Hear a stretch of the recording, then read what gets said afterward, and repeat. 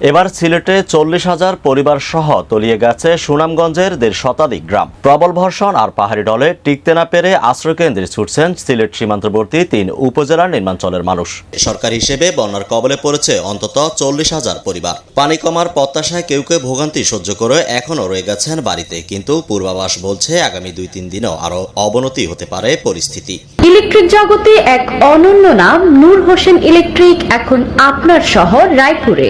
আশ্রয়কেন্দ্রে গিয়ে বন্যার কবলে পড়া সাধারণ মানুষের চোখ তাকিয়ে থাকে সরকারি সহায়তার দিকে। তবে যারা আশ্রয়কেন্দ্রে উঠেছেন তারাও পড়েছেন ব্যাপক ভোগান্তিতে।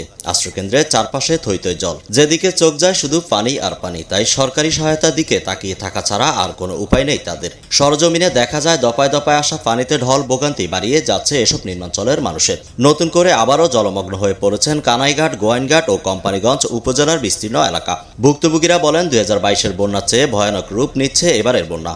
পরিবার পরিজন নিয়ে বিপাকে পড়েছেন তারা। আরও কয়েকদিন এমন পরিস্থিতি থাকলে কি হবে তা নিয়েও বাড়ছে দুশ্চিন্তা। সিলেট জেলার প্রশাসক শেখ রাসেল হাসান বলেন, বন্যা দুর্গত প্রতিটি উপজেলার নির্বাহী কর্মকর্তা ও ইউপি চেয়ারম্যানরা পরিস্থিতি পর্যবেক্ষণ করছেন, নজর রাখছেন জেলা প্রশাসনও। বন্যা পরিস্থিতি মোকাবেলায় সব প্রস্তুতি নেওয়া হয়েছে বলেও জানান তিনি।